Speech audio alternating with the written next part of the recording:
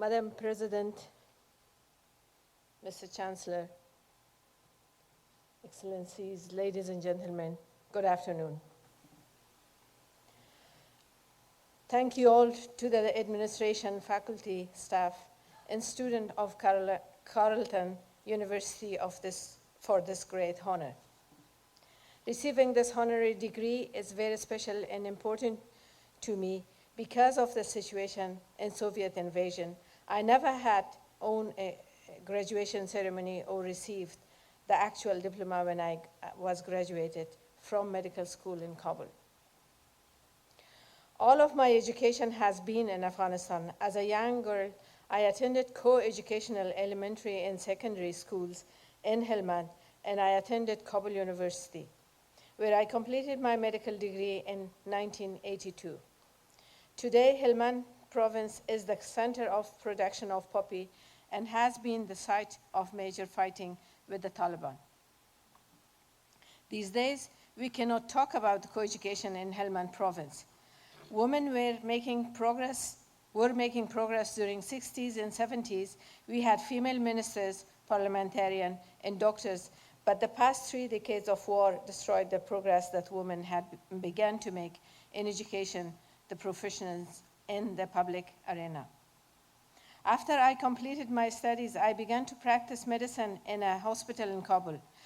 When it became too dangerous to live in Kabul because of the Soviet invasion, their puppet regime and the resistance against them, I fled to central Afghanistan to the remote part of the country in which I was born.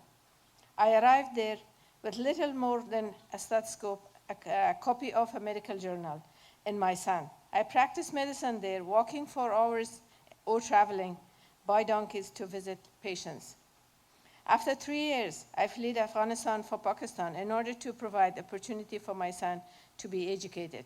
In Pakistan, I obtained a job as a doctor at a mission hospital, a 100-year-old facility in the southeastern part of the country.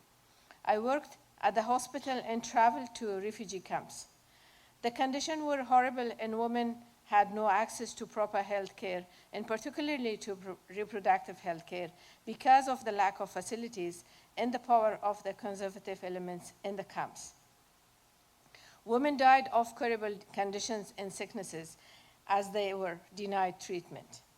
After experiencing such a situation, I started a hospital for Afghan refugees, women and children in 1987. On our first day, we had 300 women and children to receive services. Education is essential to women's health and well-being. This is why I started literacy training for women in schools for boys and girls soon after the hospitals opened. Progress for human rights, and particularly women's rights, is not possible without education. In total, the Shohada organization has established and built more than 100 schools in Afghanistan and Pakistan. It was very hard to find support for schools in Afghanistan and for formal education, especially for women and girls at this time. The international community was reluctant to fund even the printing of books to support the female education. More attention was paid to support the religious schools and madrasas to fight against the communism. No thought was given to the long-term impact of support for these institutions. One of the reasons that the war in Afghanistan is so long and violent is because of lack of education. When the Taliban came to power, one of their first actions was to ban almost all education for girls. We were able to fight to keep the girls' schools open in some part of the country. The Shohada organization's high school in Jawhari was the only girls' high schools to remain open in the country during the Taliban regime. After the fall of the Taliban, the schools were open for the Afghan children. Today, around 6 million children are going to school. Only 1/3 of the students are girls. And the dropout rate of the girls after the 6th grade is very high because of the lack of facilities and lack of trained female teachers. The quality of education does not fill the needs of today. The situation in higher education is almost same. In fact, there is not enough attention paid on higher education.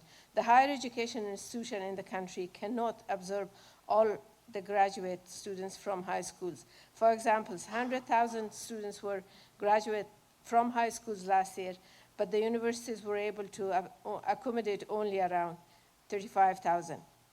The number of the girls are much lower in higher education due to the lack of facilities and the absence of female dormitories in different parts of the country.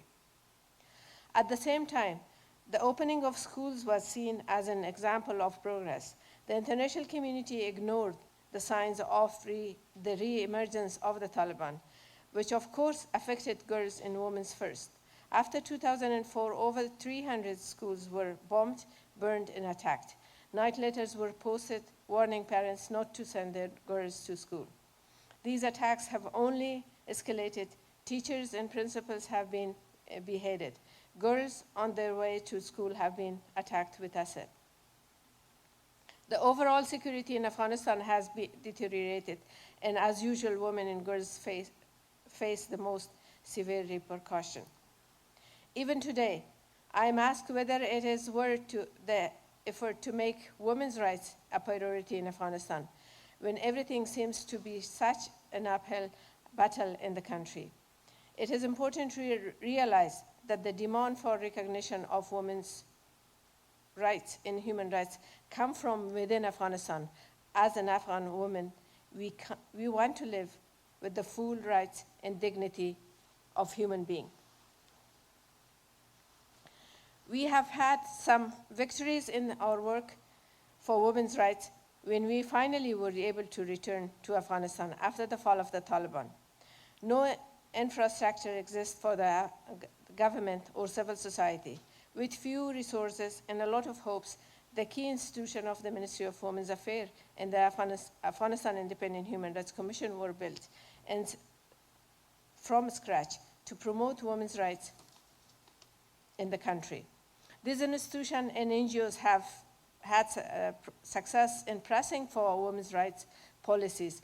In 2004, we won equal rights provisions for women in the Afghan constitution, as well language committing the Afghan government to implement the treaties and conventions to which it is a party. These international conventions include CEDAW, which Afghanistan ratified in 2003. While key constitutional and treaty obligations are in place, the reality for women on the ground remains a major concern. Most women lack economic empowerment and live in poverty. The absolute majority of women are not independent economically. Although some women have their own businesses, there are few of them. The economical empowerment of women are important to shape their lives and position in the society. In many parts of Afghanistan, women have not seen a medical doctor in their entire lives. Women have not much possibility to control the number of their children that they have. Maternal and infant mortality rates are among the highest in the world. A culture of impunity exists for sexual violence in the country. It is always seen as a private matter of the family. State institutions refuse to intervene in some cases. In other cases, they promote the ownership of female in the family by men. Women's access to justice is very limited.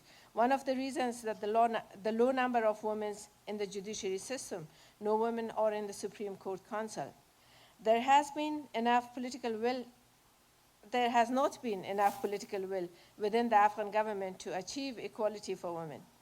The political will not be sufficient without constant support from the international community.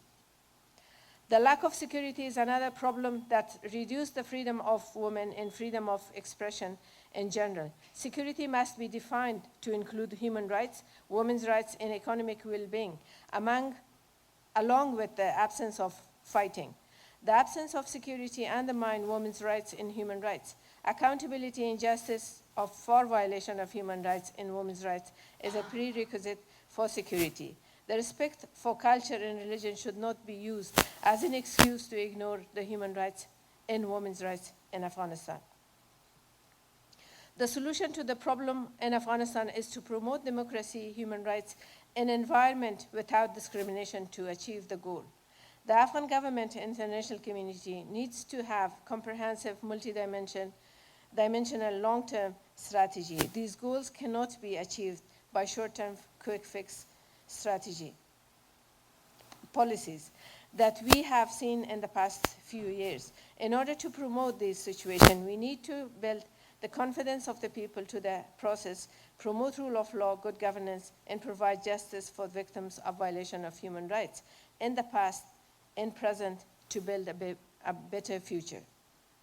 Clearly, peace and security will not be sustainable without development, and both cannot be achieved without respect for human rights and full participation of women, educated for all of these goals. Without full participation of women in society, the problem in Afghanistan cannot be solved. Women must be included in decision-making, peace talks, and peace building, the strong military and political presence of the international community, and important United Nations Security Council Resolution 1325. Providing for inclusion of women are made meaningless when a new policy of reintegration and reconciliation with the so-called good Taliban is considered without any discussion of the consequences for women.